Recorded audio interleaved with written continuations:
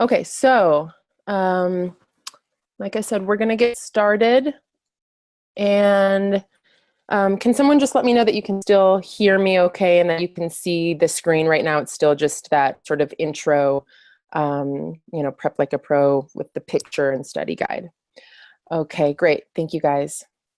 All right, so today's presentation is going to be a part one of two, and we'll just see, how much we get through, and if I need to, I'll add another webinar. But this today really, in my mind, is going to be the first of an ongoing series of webinars for this year. Many of you, I polled you already and got your input as to what things would be most relevant for you. And a big one that came up for people was preparing for an IEP and then actually chairing the IEP.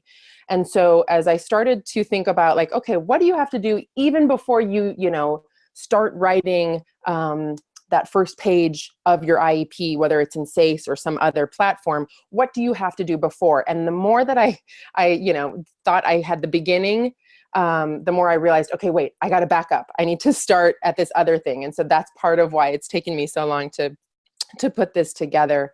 And so one of the things that I wanted to offer to all of you, just as we're getting started, is I can remember back to when I was a new teacher, and I felt so ill-prepared to be the type of teacher that I wanted to be for my students. Being a special ed teacher, you wear so many hats, and one of them is teaching, right? Like that's just one hat. You are also a case manager.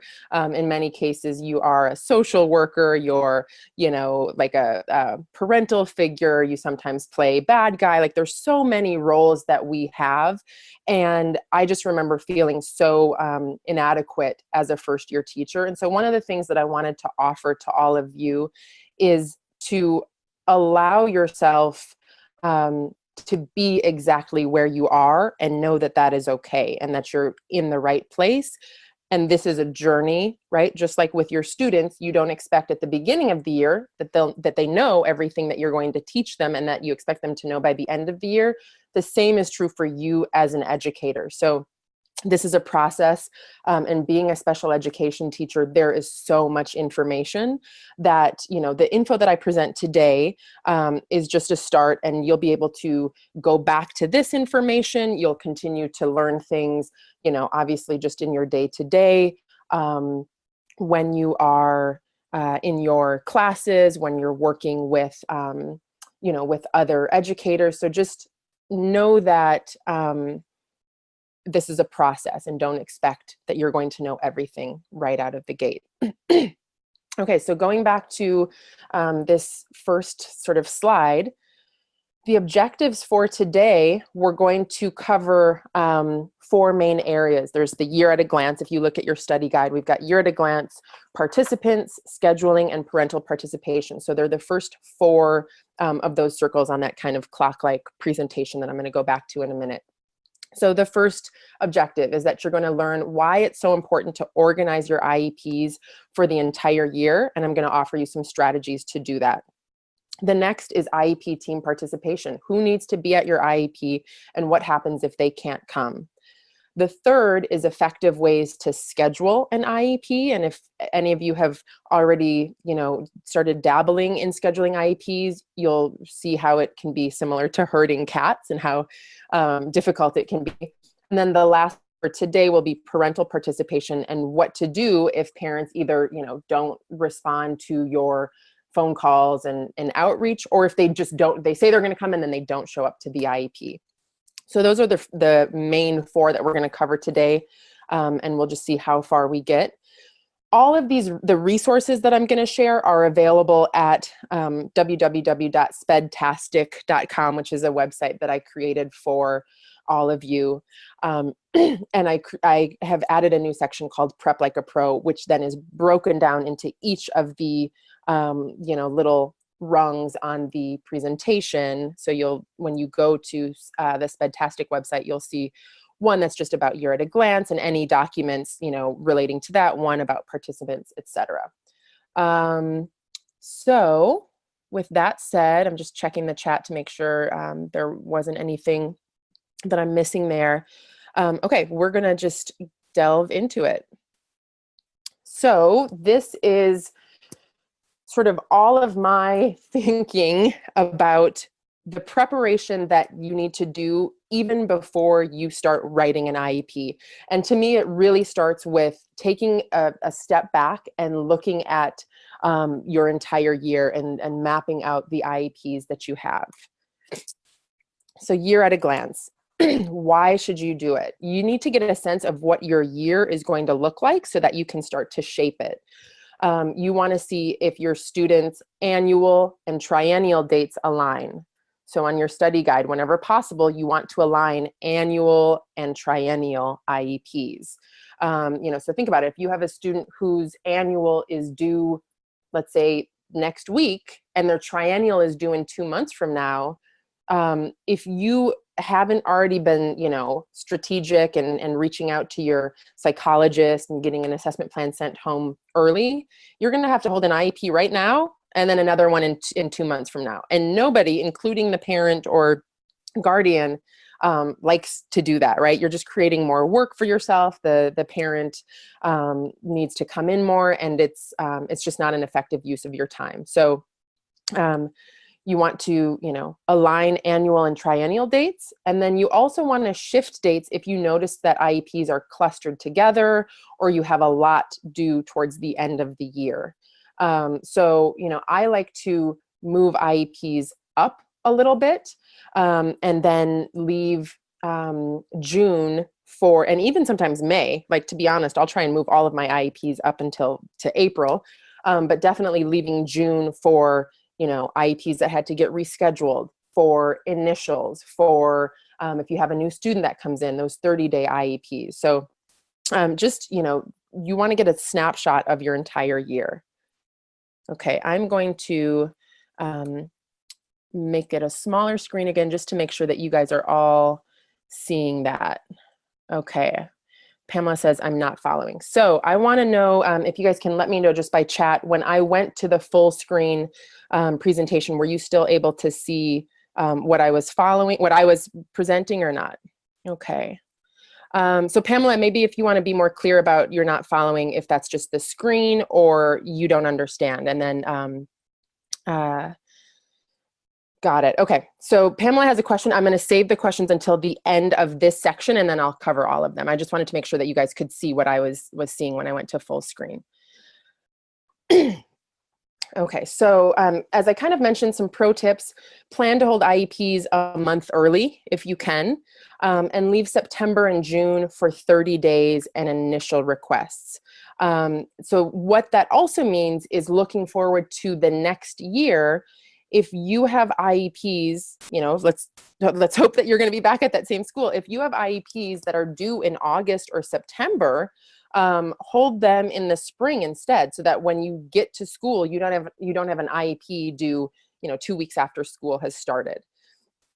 So those are just a couple of pro tips for you guys. Okay, so how do you do it, right? How do you organize your year? So you can use one of the options that I'm going to present to you, or you can create your own. The important thing is just to have a system that makes sense to you that you'll use. So one way to do it is just to have a year at a glance calendar. And this is just, a Word document. It is a resource available at that Spedtastic website, but you can, create one very easily as well, where you just list out all of the months.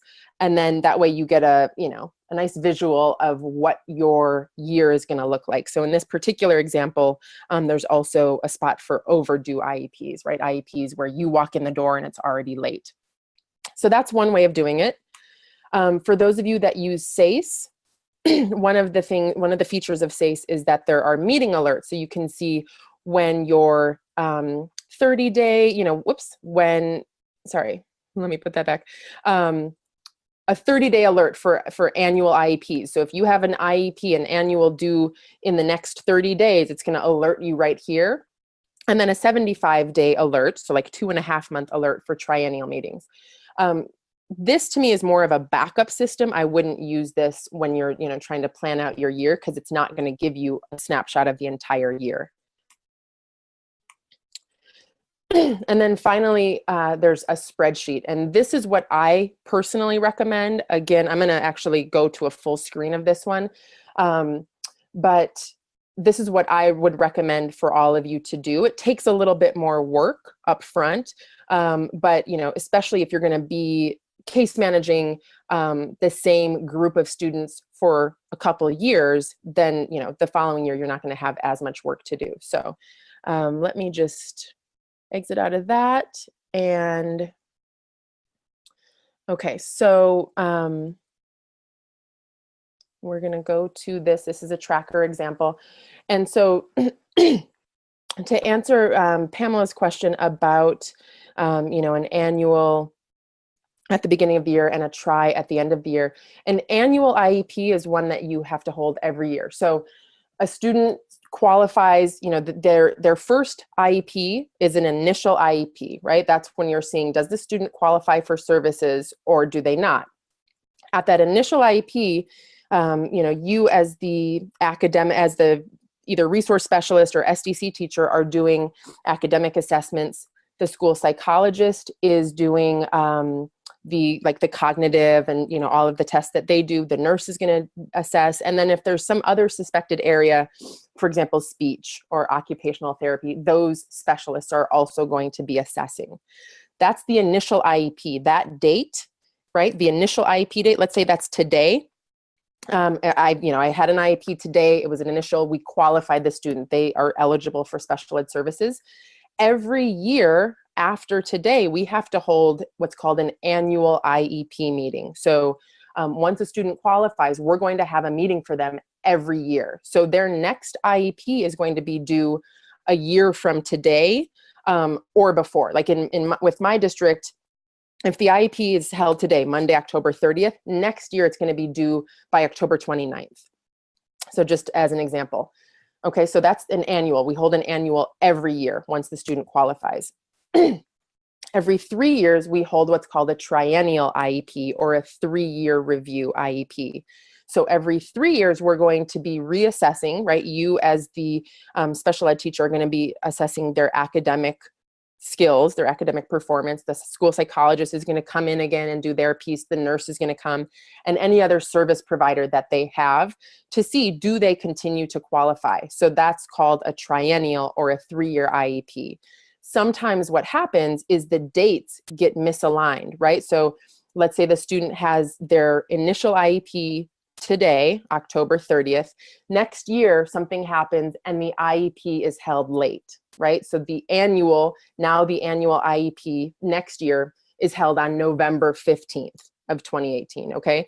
So the year after that, the annual is going to be due a year from the last annual. So it's going to be due November 15th of 2019. The issue is that the triennial, the 3-year review date is still based off of today's initial IEP. So their triennial is going to be due 3 years from October 30th when their initial was. Now we have an issue where the annual date and the triennial dates are not aligned. Okay, so that's what I'm talking about when I say the annual and the triennial dates. You want those two to match up. So students are only going to have a triennial every 3 years. Okay, so not all of your students are going to need a triennial this year, but for those that do, you want to make sure that their annual and tri dates line up if possible. Okay, so this spreadsheet, this Excel spreadsheet, you can access it at the Spedtastic website. I know that was a question that Asha had. So at spedtastic.com, under the Prep Like a Pro resources for Year at a Glance, you can utilize this tracker example and then make a copy and modify it for your students. Okay, so here is my pretend caseload. I have just some random names and then also some athletes on my caseload. And so let's say that I wanted to look at, who are my students that have speech, just for example, right? So this is a Google spreadsheet, and I can click on speech and, sort the sheet A to Z. and pull up all my kids that have speech, okay? So that's just one example. What I'm actually going to be using it for is to see what students have triennial IEPs this year. So when I sort it A to Z, I can see, okay, Susie, Rosario, Michael all have triennials due before the end of 2017, right? And then in terms of my students, looking at these kids, this is a really heavy try year for me, because the vast majority, 16 of my 18 students, have triennials due this year. So hopefully your caseload doesn't actually look like this. This is not representative of what most people's caseloads look like, but it could happen. And so you would just need to know and really be planning ahead. Okay, so I can see here with Susie Brown, for example, her annual is due September 21st. Her tri isn't due until October 13th. And I'm going later, actually most likely in the next webinar, unless we finish all of this early, I'm going to really go into assessment plans, when you should send them out, and all of sort of the tracking that goes along with it. So I don't want to get ahead of myself here too much and go too deep into this, but this is just an example for you of how you could map out your year. Okay, so let me go back to our presentation here. And the last piece, whoops, we're going to go through these again, I guess. So the year at a glance. SACE, as I said, I like to use that just as a backup to make sure, I would either use that year at a glance calendar right here, or the spreadsheet that I just showed you guys. And then I would use SACE as a backup just to see, did I miss anyone? Does SACE have someone else on my caseload that I'm not aware of, that for whatever reason is not on my calendar or my spreadsheet? Okay, so when should you do this? I would recommend doing this soon, in the next 2 weeks before our next webinar, right? You want to create the system at the beginning of the year and review and update it monthly. Okay, so we have just looked at year at a glance. What I want you to do on your study guide is think of one action that you would take that you will take as a result of this information, and just jot that, down for notes. And I'm going to just wait a minute while you do that.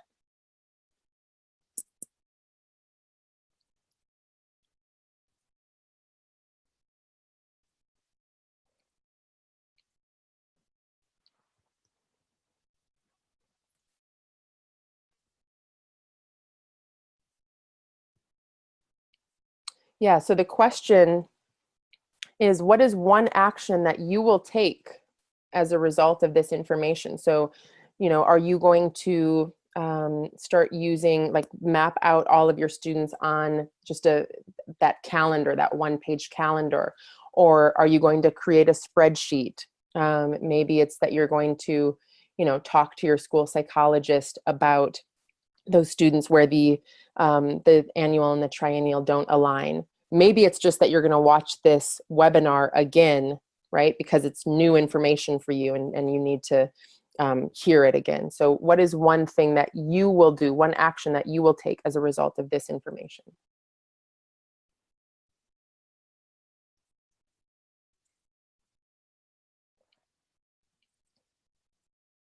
Got it. Okay.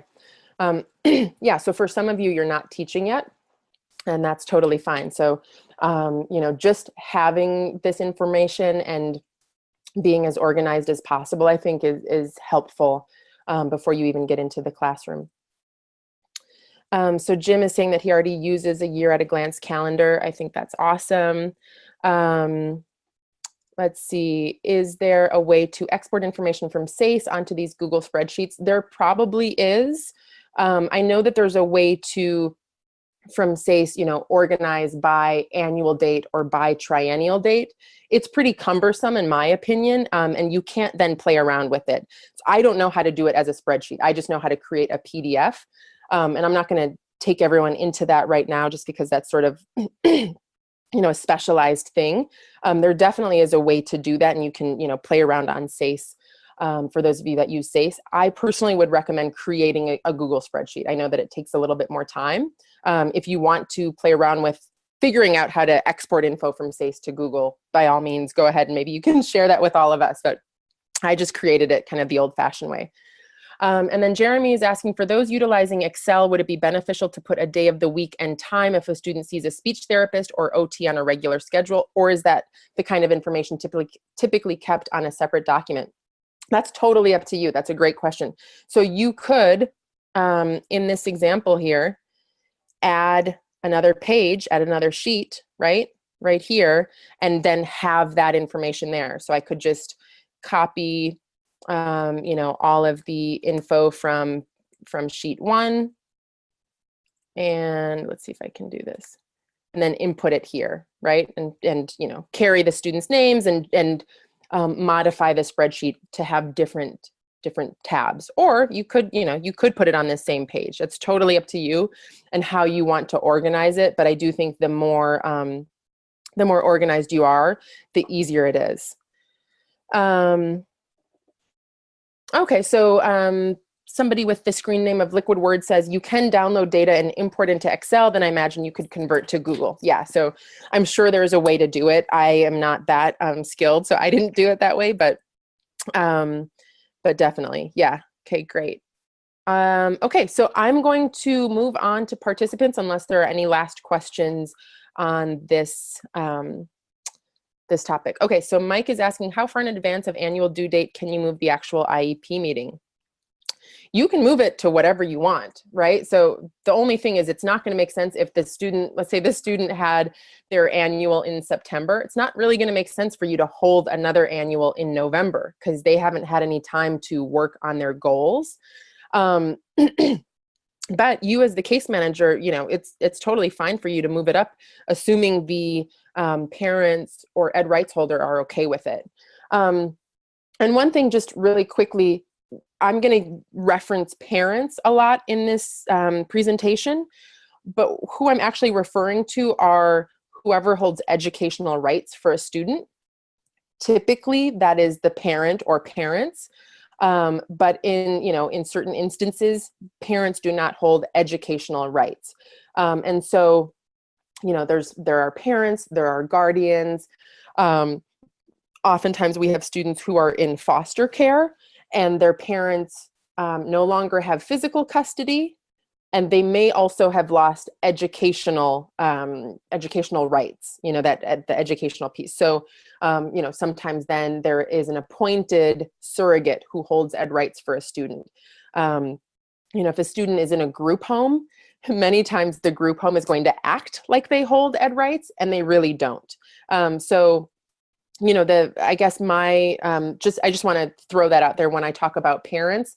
It could be sometimes grandparents hold ed rights. Sometimes, like I said, the student is in foster care and there's a CASA worker or just a educational rights surrogate. Okay. Just wanted to throw that out there. Yeah. Is there a place on the IEP document that states who holds ed rights? No, there's not. And if a student does not, so if a student lives with their parents, then, unless someone brings forth paperwork from the court to show otherwise, just assume that the parents hold ed rights. But if a student lives with their grandparents, if they live in a group home, if they're, in foster care and living with a foster family, then you need to ask who holds ed rights and actually get that, copy of that court document because that person needs to be invited to the IEP meeting. And Mike is also asking, do 18-year-olds hold their own rights? Yes, the majority of the time they do. So the only time that an 18-year-old would not hold ed rights is if their ed rights holder, right? So their parent or whoever held ed rights before they turned 18 had them conserved. And so what that means is you have to go to court, fill out a bunch of paperwork, pay money, and go to court before a judge and petition to have your child conserved. And there's a number of different types of conservatorship. There's, obviously one for educational rights. There's one for like their finances, so that they can't sign, take out a credit card. There's a number of different rights. But conservatorship in terms of educational rights is generally only granted for students who are severely developmentally delayed, right? That's the only time that a judge would grant it. So, again, unless someone gives you proof that they have conserved their child and that the 18-year-old student does not hold ed rights, just assume that 18-year-olds hold ed rights. That's a great question. Okay, so we are going to move on to the next section of our presentation here, which is all about participants. So let me go to present, and hopefully it's not going to take us, oh my goodness, it's taking us back there. Okay, let me see if I can instead just go this way. All right, participants. So in different IEPs, there are different people that need to be invited, but generally speaking, there are some people that need to be at every IEP. So at every IEP meeting, you need to have the parent or legal guardian. So that's kind of what we were just talking about. If it's not a parent, whoever holds ed rights, right?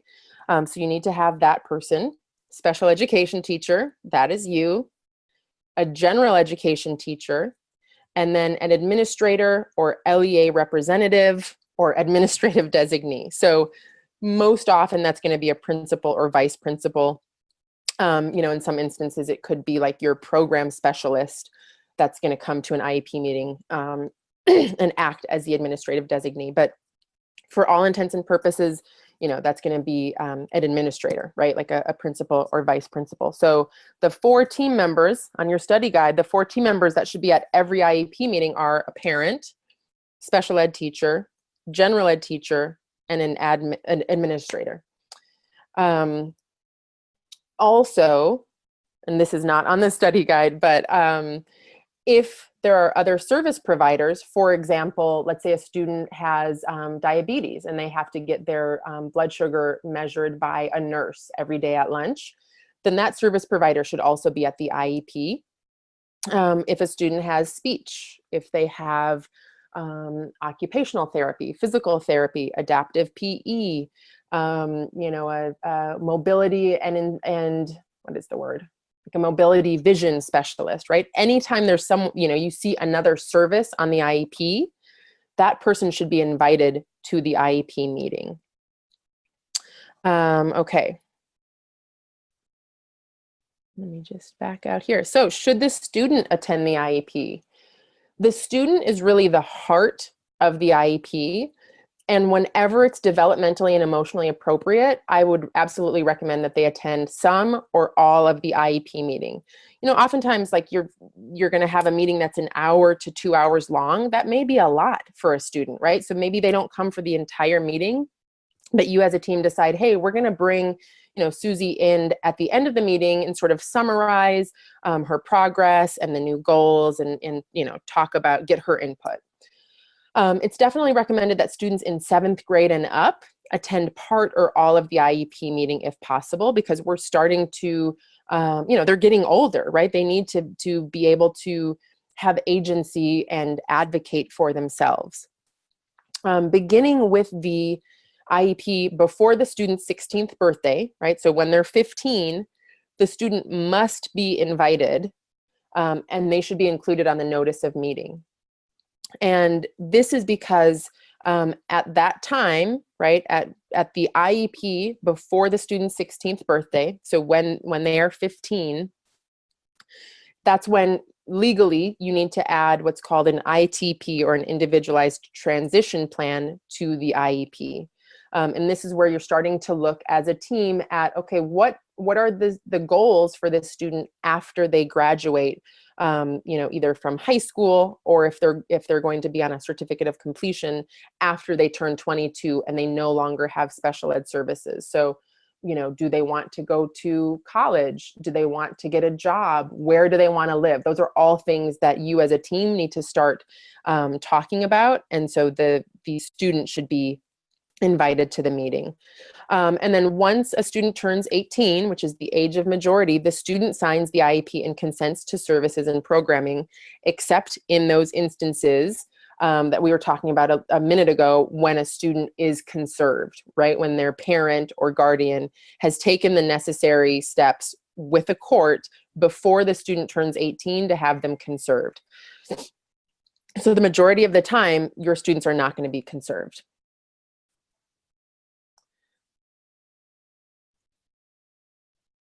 Okay. So what happens if a team member can't make it? If the team member's area of service is not being discussed or modified at the meeting, or if they've submitted a written report, you can excuse that member.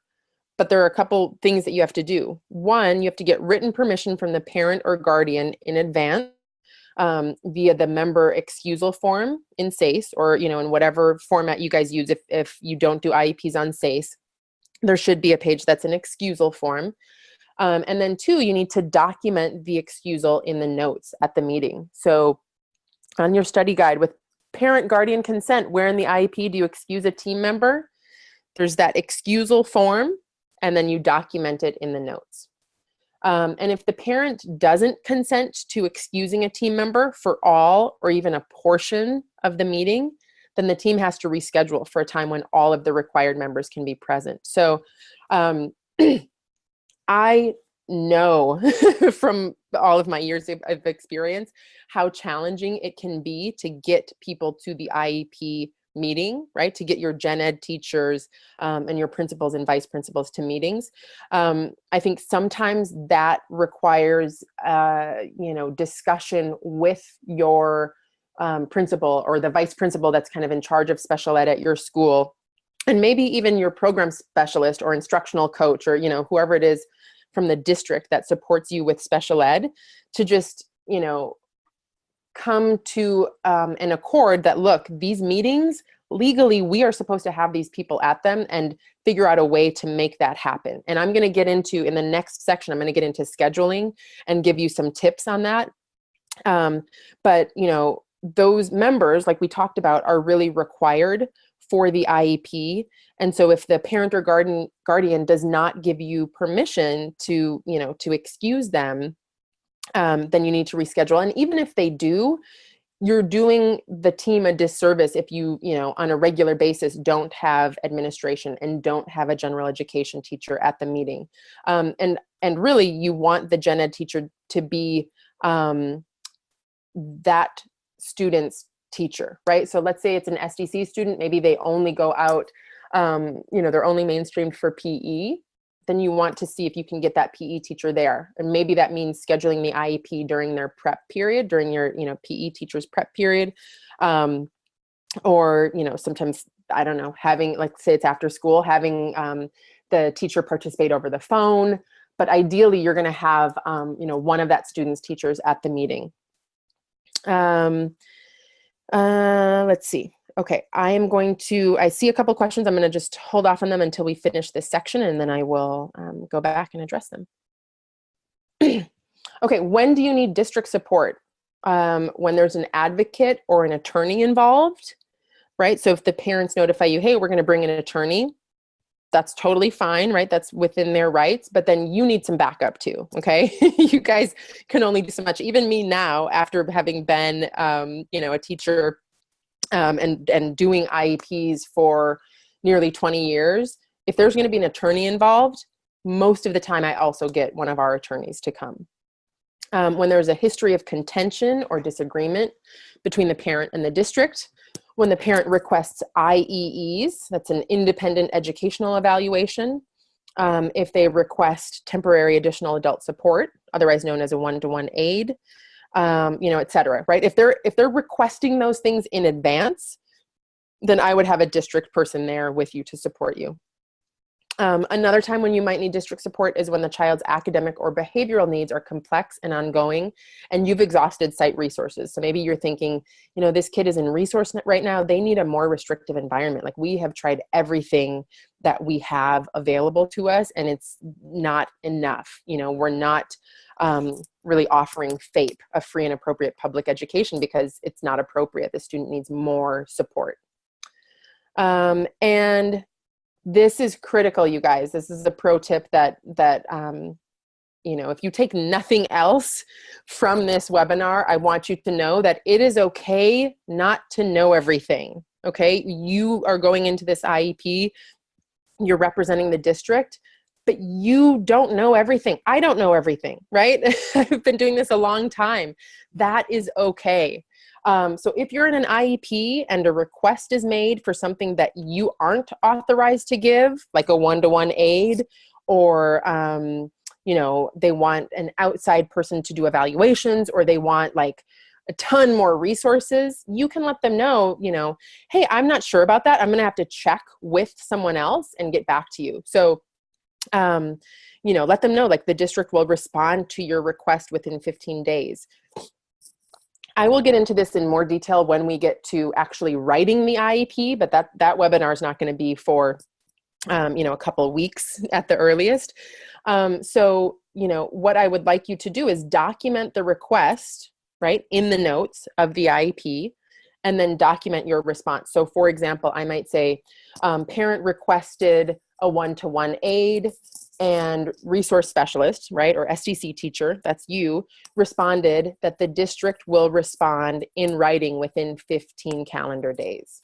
Okay, and then you follow up with your instructional coach or your district support provider after the meeting.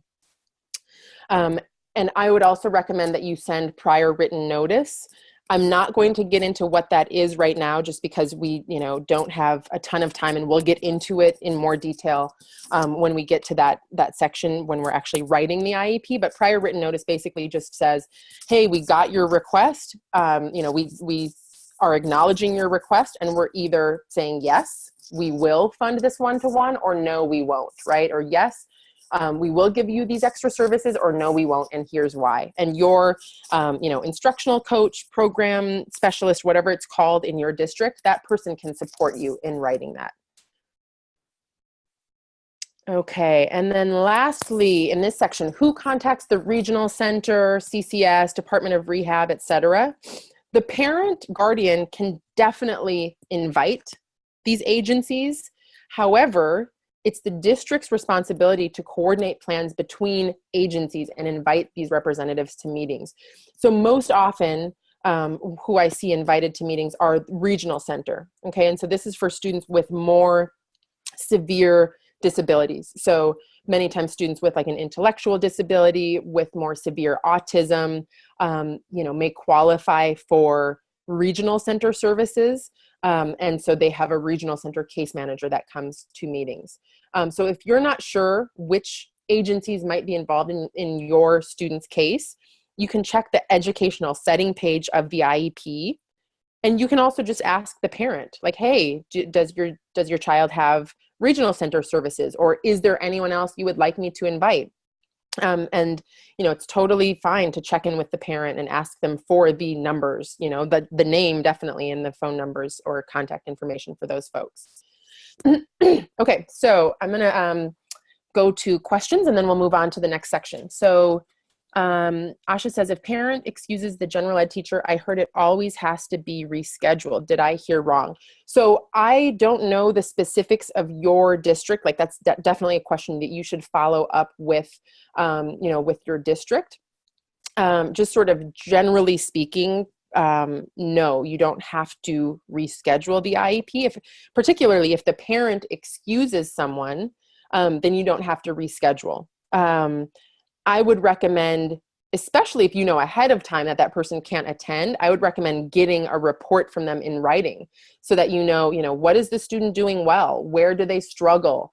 You know, what's their current grade? What are some things that you think would be good goals? Like, getting some information. In my district, we have like a general ed sort of checklist that we use. You know, you could use something like that, or just have them write something. But if you know in advance that they're not going to be there, have them write something up.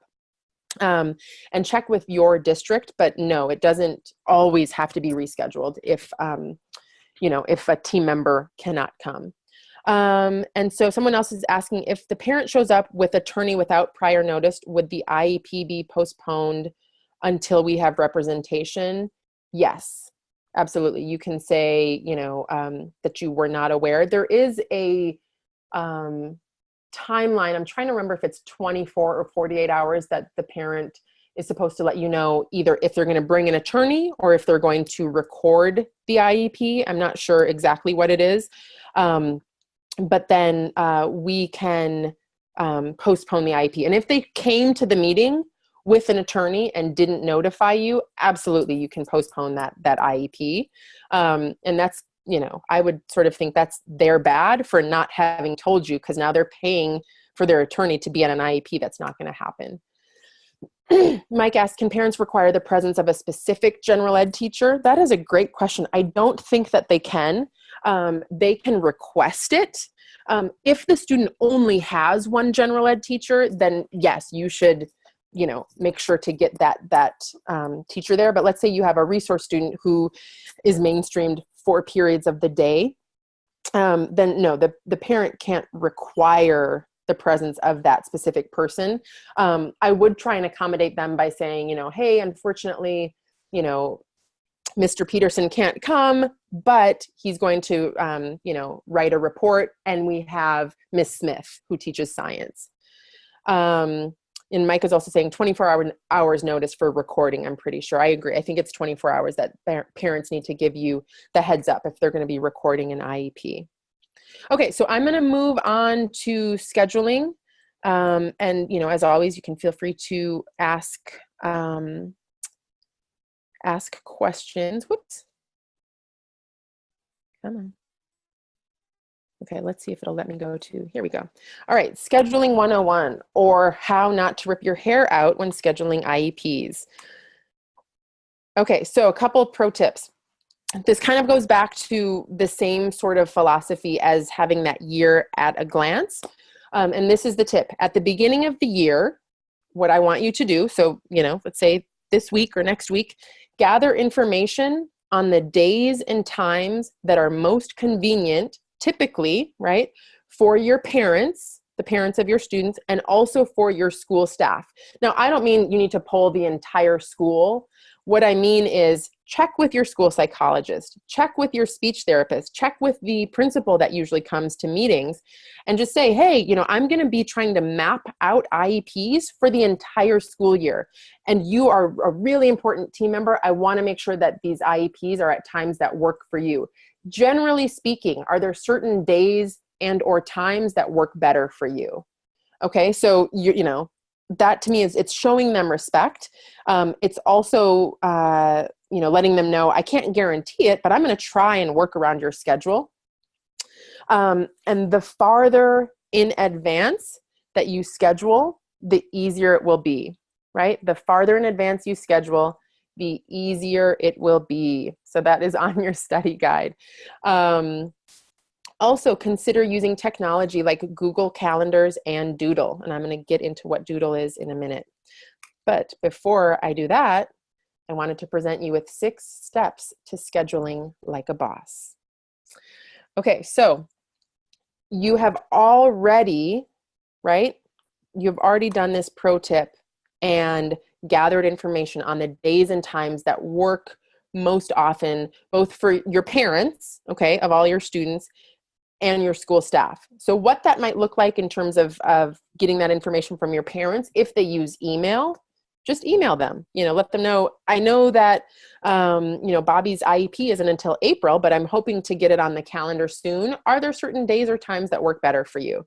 Okay, if they don't use email and you guys text, you could do it over text. If they, if you don't feel comfortable giving them your personal cell phone, which is totally fine, give them a call, right? So, that may take a little bit of time, but it can be really helpful so that you don't have to schedule and reschedule and reschedule and reschedule. Okay, so you've already done that. So the first step is begin with people with limited availability. Okay, so think about your school psychologist, your speech therapist. There may be people that are only at your school a few days a week.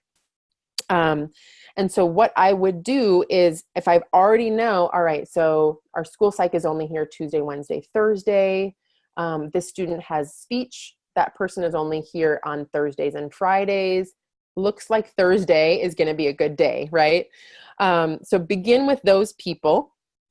And if you're going to need an interpreter, identify some dates that may work and then see which one works for the interpreter. And this is one where you need to plan ahead, at least in my district, because like Spanish, for example, the Spanish interpreters' calendars, especially at the end of the year, fill up, right? So if I'm calling in March, they may say the earliest we have is late April. Okay, so you cannot be scheduling an IEP with an interpreter 2 weeks ahead of time, at least in Oakland. I don't know about your district, but in my district, you really need to plan ahead.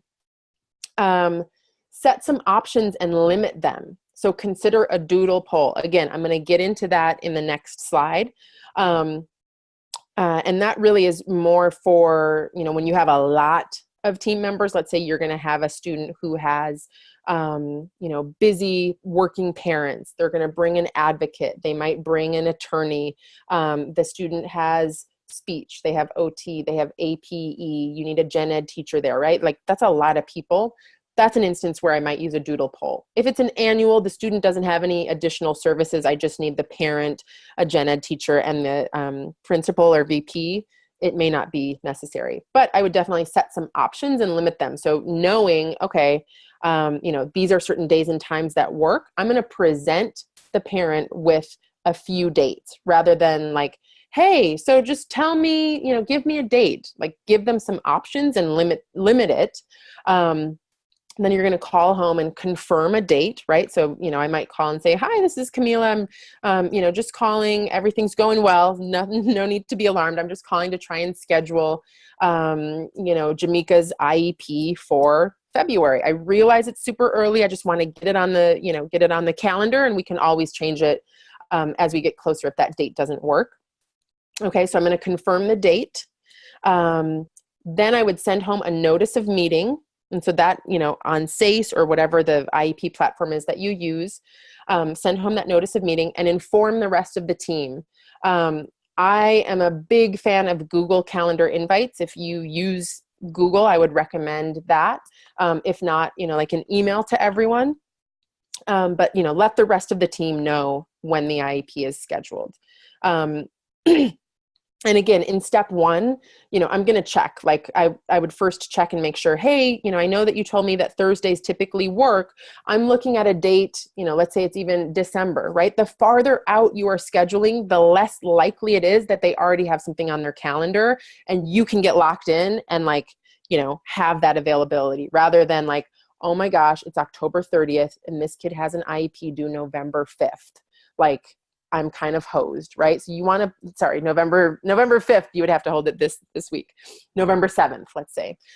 And then number 6, remind everyone a week before the meeting and check SACE or whatever the system is that you use for IEPs to ensure that service providers have added their present levels. So if the student has has speech, check to make sure that that person has inputted present levels for communication. And what I would do is to set a calendar reminder, right? If I was the case manager, I would set a calendar reminder for myself to remind my team, to remind me to check in and bug my team. Hey, that IEP is in a week. I need you to finish your part. Okay. And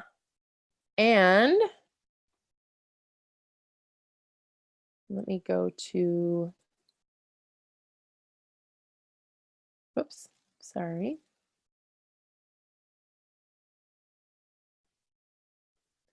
What is Doodle? Why is this not going? Here we go. Okay, so doodle.com, it's a free website. It's something that I recommend if you have, IEPs, they're going to have a lot of people with busy calendars. So this is an example, right? So if I had put out, 6 different dates, let's say we're looking to have an IEP at 3:00, right? For example, it could be, Monday, October 30th from 4 to 5. We could hold this webinar, or we could do it on Halloween at noon, or we could do it, Thursday at 1 p.m., right? And so people then can let you know what days they're available and when they're not. And so you can see, oh, okay, everyone can do it on October 31st. Cool, let's schedule it then. Okay, so that is sort of scheduling in a nutshell. And let me see. I'm going to go to the chat really quickly.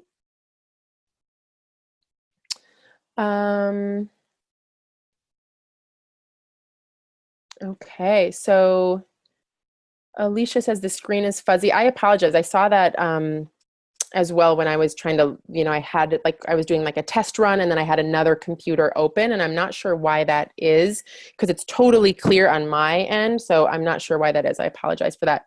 And C. Magna Ramos says there's a Google app you can add to your phone if you want a number specifically for parents to use. That is awesome. And Ashley asked what it is, and it's called Google Voice. Great for tracking parent conversations too. Cool.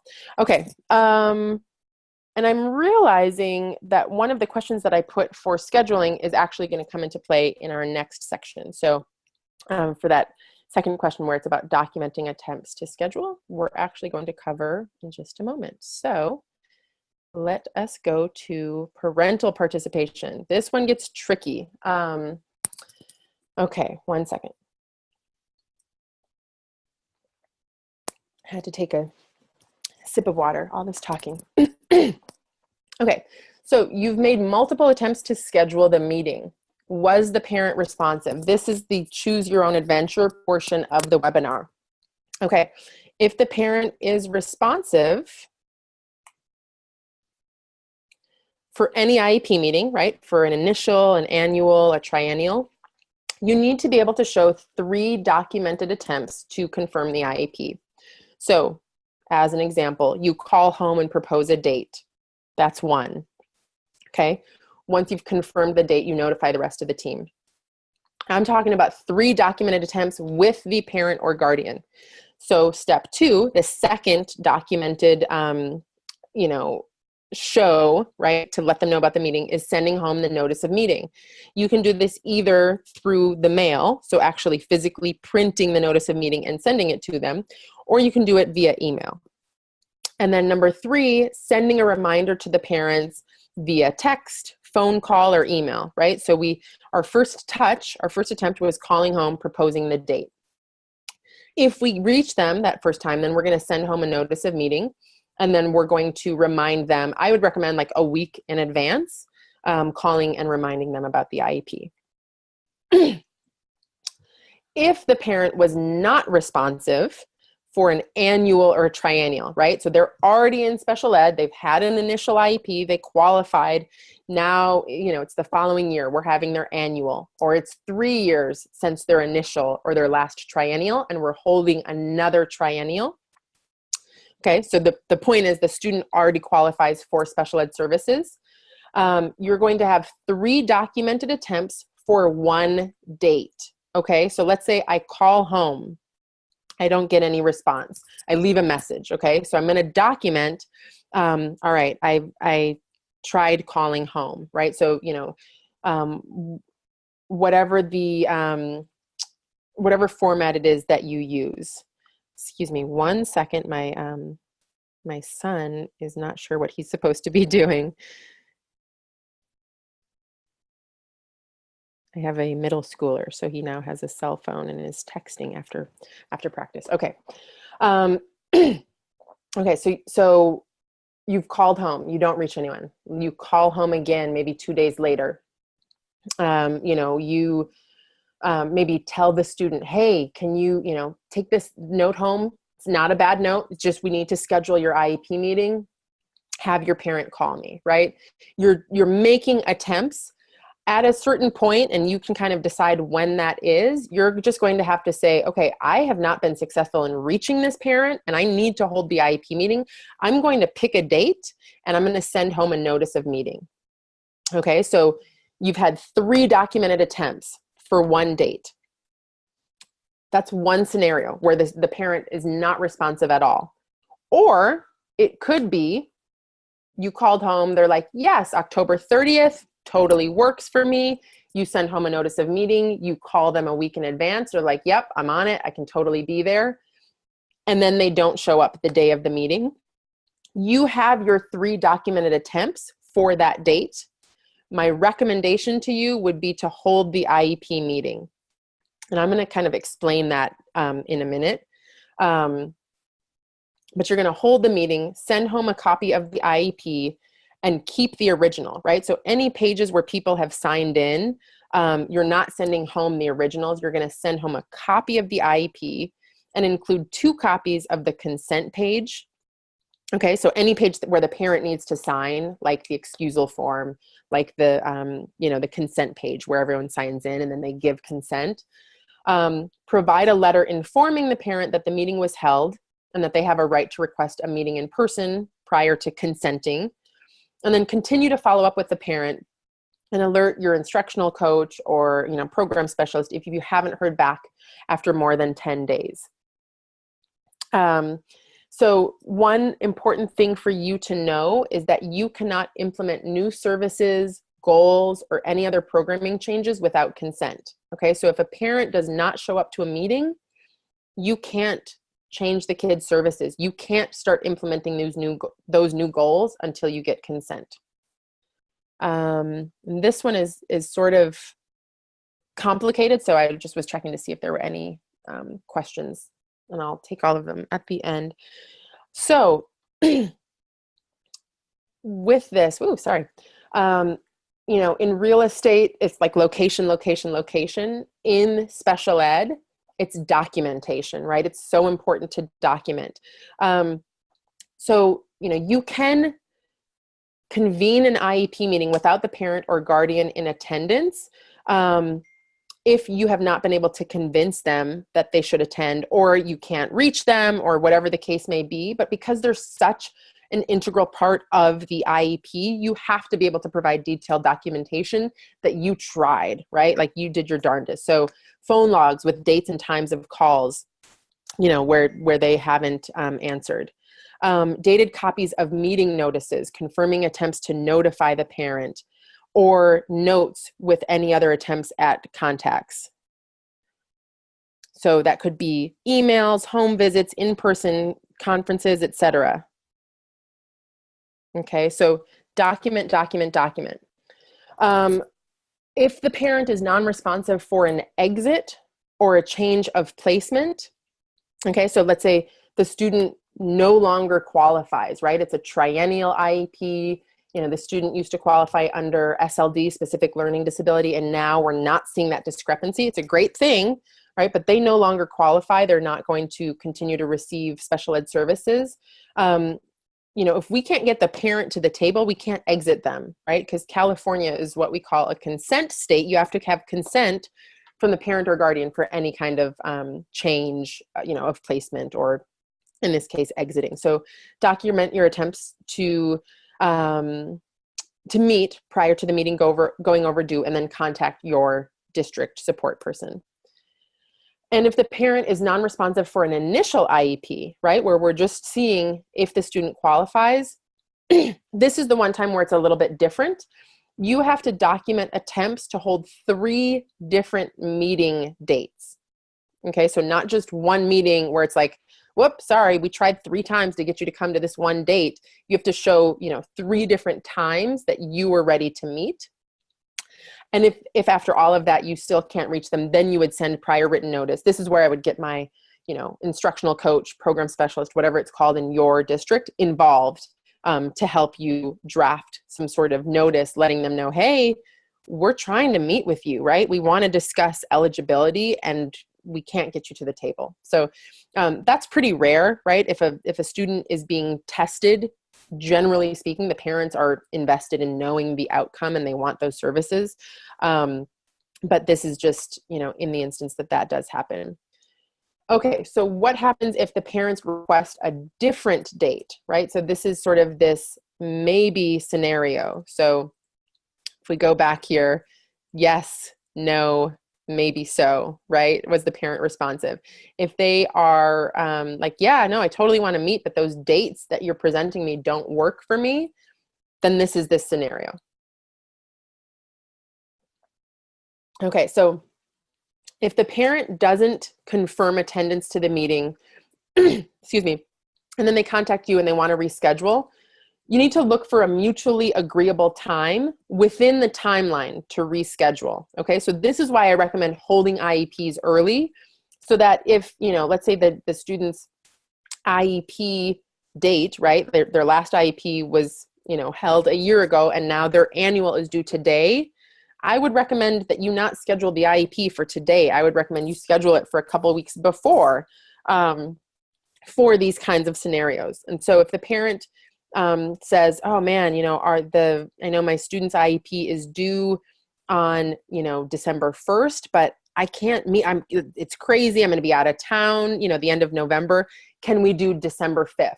Right. As an example. If the student's IEP is due December 1st, you need to meet by December 1st. Okay. But if the student's IEP isn't due until January and the parent's saying, hey, I can't meet December 1st, but I can meet, on December 5th or December 10th or whatever, now you have more room. You can work with them to figure out a time that will work for everyone. So the first step is look for a mutually agreeable time within the timeline before the IEP is overdue to reschedule it. If the IEP meeting is due and the parent suggests a date outside of the timeline, right? So let's say the IEP is due on December 1st, and you're coming to them now and saying, hey, I've checked with the rest of the team, and Thursdays are the best day. We could do November 10th. We could do November 17th. We could do, and you give them a couple dates, and they're like, no, I can't do any of those, right? And they're just really, for whatever reason, not willing or able to meet with you. You can let them know, excuse me, that you need to convene within timeline, but that nothing will change without their consent. And so what I would recommend, and definitely talk to your, your district person, your program specialist or instructional coach, if you're not within Oakland Unified School District. This is what we do what we recommend in my district, is to sign into the meeting with the district team, hold the IEP, and I kind of put hold in quotations, because you don't need to have the full IEP meeting that you would if the parent was there. Affirm and attest. Okay, so if the parents couldn't make it within the timeline, they know that we're going to meet, but then we're going to affirm and attest this meeting, close this meeting, and then open a continuation amendment with them, and we're not going to, implement any changes without their consent, then your IEP team needs to sign in, but you don't need to hold a full meeting because you're going to have to do it again with the parent or guardian. But that way you are staying within timeline, and the IEP is not due. You're going to hold the IEP and then open an amendment. And if you use SACE, at the end, you'll select that it's a continuation amendment. And at that point, you kind of go through that whole process of scheduling with the parent. And just remember that there can be no implementation of proposed goals or any changes to services without parent or guardian consent. So on your study guide for annuals and triennials under parental participation, if parents cannot meet before the due date, let them know you must convene the meeting within timeline, but assure them that you will not implement new goals or make changes in services or placement without their consent. Okay, so I am going to hop over to the chat and see what folks are asking. So Mike asks, does your own written phone log count as documentation? Yes, totally. Your written phone log counts as documentation. It's totally fine to keep documentation typed instead of written. And really, documentation, guys, comes into play. I hope it doesn't come into play for you, but where it does would be particularly if the the parents decide to pursue like due process or district, right? Like that's generally when that happens. Okay. Can you address the matter of telephonic meetings or participation? Yeah, so people can totally participate over the phone. Parents can participate over the phone. That's fine. That counts as an IEP. If they can attend by phone, awesome, right? Oftentimes we can't get parents in, or they're like, look, I can meet with you, I work until 7 o'clock at night, but I could meet with you during my lunch break while I'm at work. Totally. You can hold a meeting over the phone. I just put in the notes when I list all of the participants, and then in the notes, I'll just say, parent, list their name, and then say via speakerphone. But yeah, that's totally fine for the parent or anyone else. You can have somebody participate over the phone. And then what I would do is just send the IEP home and send an extra copy of the signature page, any pages that they need to sign, right? I would make a copy of the entire IEP, and then I'd make an extra copy of any pages they need to sign. I would highlight where they need to sign. I would also have a Post-it that tells them, on this page, you need to initial here, you need to sign here, you need to date, for example, and then send it home with them. And then you need to have some sort of tracking mechanism. This is where like Google Calendars or whatever system you use comes into play to remind yourself to follow up with them if you haven't gotten the signed copy back within a week, right? Because you cannot implement any changes in services or goals or placement without parent consent. So it's really important that if they participated over the phone, that you get their signature so that you can start implementing the IEP. Let's see, Asha asks, if you hold part 1 and part 2 at another meeting date after the due date of the IEP, you can still affirm.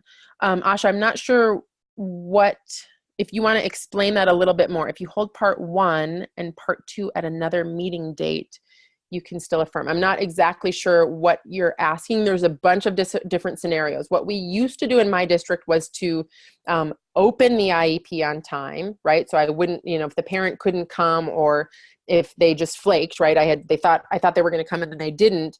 I would open the IEP in air quotes. You guys can't see me, but I'm doing air quotes right now on, before it's due. And then I would hold a part 2, but I wouldn't have affirmed part 1, right? I would just kind of continue it. But that IEP was open from the date that I quote unquote opened it.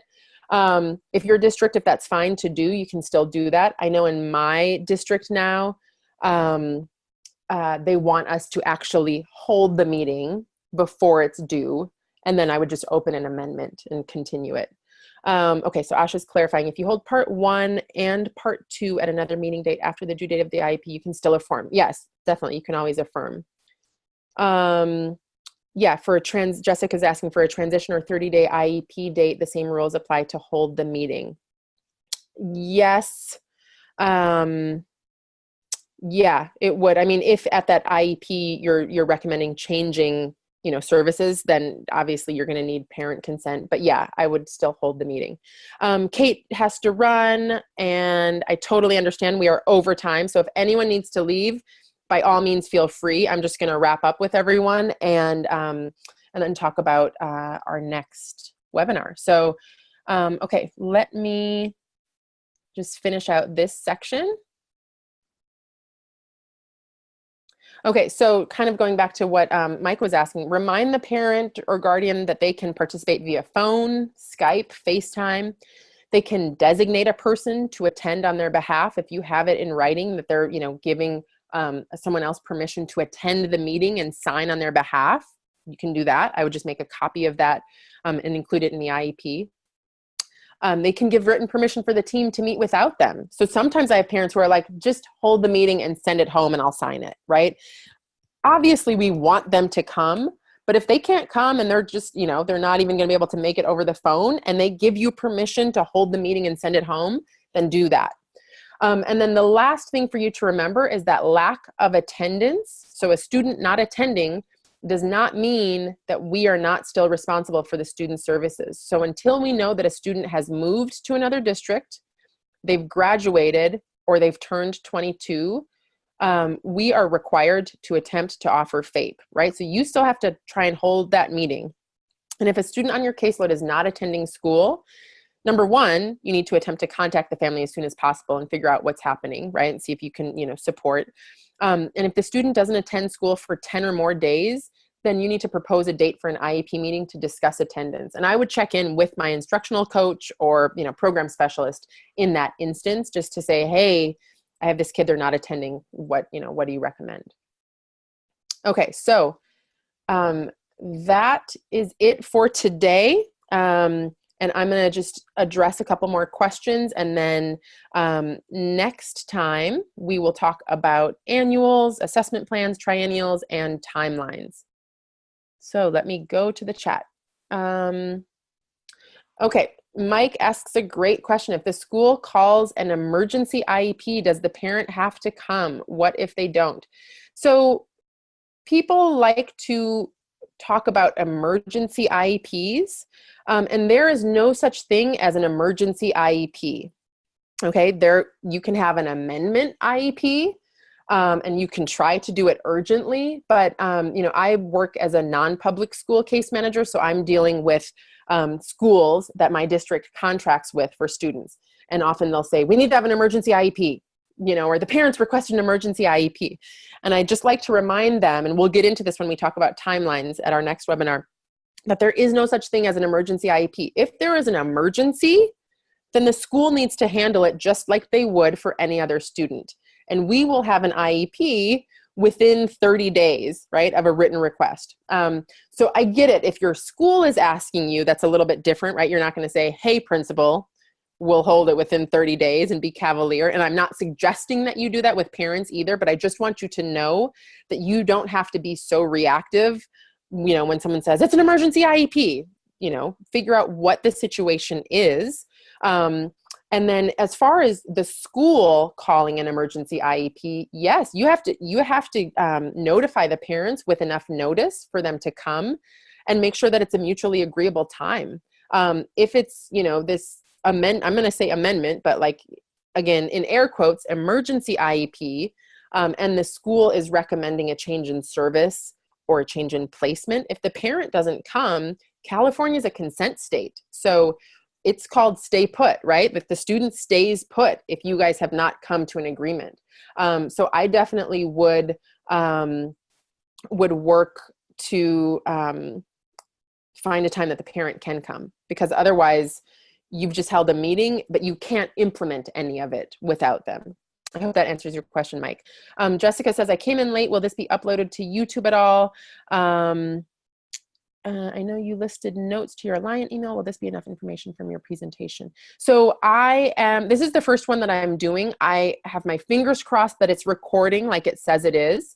And I'm going to email everyone and let you know once the recording is available. It will also be at the www.spedtastic.com, which is my website. I'm just going to type it here for you guys. So, again, my fingers are really crossed that this has been recorded. And yes, at that same site. So let me actually go to it for you guys. Hold on a second. Again, if anyone needs to leave, totally get it. I will not be offended because we have gone over time. But I just want to show you guys what this looks like. So let me go to my site. It's taking a little while.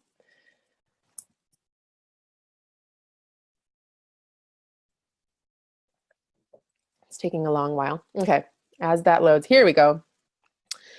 So under Prep Like a Pro, right? This is the section that I've created just for this. You can link to the study guide, which hopefully you have. You can link to Prezi, okay? And that is going to take you to this screen right here.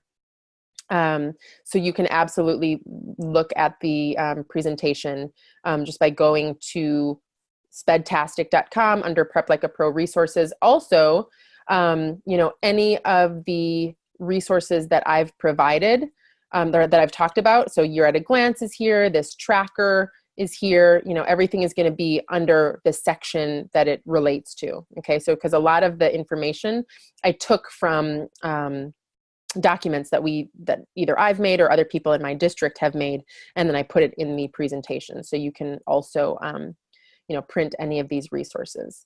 Excuse me. Okay, so last thing is I would love for all of you to do me a favor and complete this exit ticket. So on your study guide, there's a link to it, or you could just go to, the Spedtastic website, go to Prep Like a Pro, and then go to exit ticket. It'll probably take you 2 minutes. You write down 2 things you learned, 1 question that you still have about IEP prep. Let me know what you liked the most about the presentation and how it could be improved, just so that I can continue to improve for next time. Awesome. Thank you, Umesh. Said, thank you, Professor Camila, for taking your time to do this. Very nice and useful information. Thank you so much. So I am planning, and again, I will send all of you this information via email as well. But my hope is to do these webinars every other Monday at 4. And if, people can let me know if that time doesn't work for you, let me know, and we can, see if I can do different times. But so today is October 30th. That means the next one would be November 13th at 4 o'clock. And at that time, I will be going over, these sections. You can definitely look ahead. There's information already up about them. Just go to Spedtastic, right? Go to this website, Prep Like a Pro, and then click on Prezi, and that's going to take you here. So feel free to look ahead. You can see all of the information. I've already laid it all out. But when we meet next time on November 13th at 4 o'clock, I'm going to go through it. So if that time doesn't work for you, it's also going to be recorded. And this is, like I said, the first in what I hope will be a really comprehensive series of webinars, not only on IEPs, but also on assessment. And, hopefully I would also like to do some webinars on other areas of life that are related, but not necessarily directly related to your job as a special ed teacher, with regards to your time management and strategies for organization, as well as like financial tips, especially for those of you starting out, in terms of, what to look for, what to stay away from with offers for like saving for retirement. I'm not a financial planner. I have no, stake in this, just knowing what I've seen. And I'm kind of a financial geek, so I like that kind of stuff as well. So, yeah, and feel free to, on that exit ticket, give me suggestions for things that you would like to see. Like I said, I spent a lot of time doing this, so I can't guarantee that I'm going to be able to do a webinar for every topic that people want, but hopefully you'll get a lot out of them. And thank you guys so much for sticking with me. We went over time, and I appreciate everyone that joined at any point today. And I'm so excited that this actually went off without a glitch. I was really worried that maybe you wouldn't be able to hear me or see the screen. So I appreciate all of you. And yeah, if you can complete the exit ticket, that would be awesome. Pamela has a question. Thank you, Jeremy. Pamela has a question. Did I read the syllabus correctly? Will we need to turn in a sample IEP? So Pamela, if you want to just email me, we can talk about it that way. So just email me on Canvas. All right, everyone, I'm going to exit. Thank you guys so much, and I will talk to you all soon. Okay, bye-bye.